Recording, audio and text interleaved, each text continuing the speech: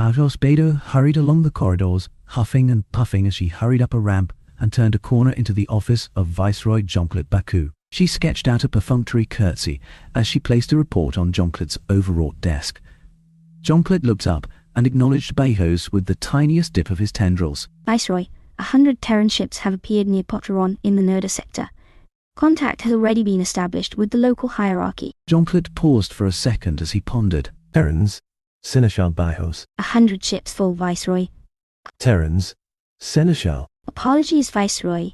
That is what they call themselves. They come from...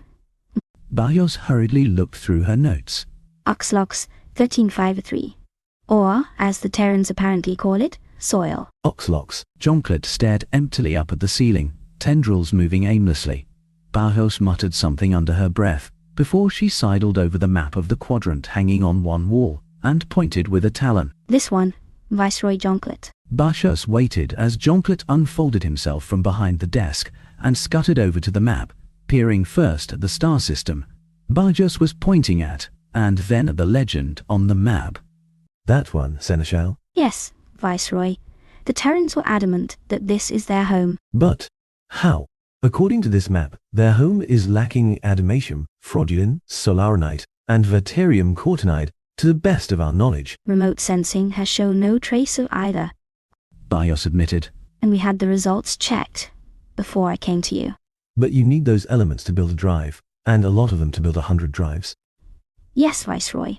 The need for those elements were the very reason for the Principality's war against...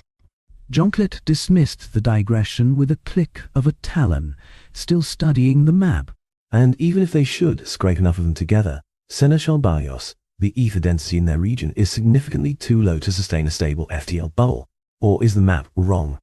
Viceroy, this map is made by the Principality's finest cartographers, based on the best information available in the known galaxy. And yet these Terrans from soil have arrived at Potteron, where they should not be able to go. Yes, Viceroy Jonklet, with 100 ships. How, Seneschal?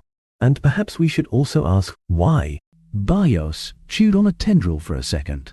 Well, Viceroy, the current hypothesis is that the Terrans somehow rip a hole in the fabric of the universe. Jonklet looked at Bartos in disbelief.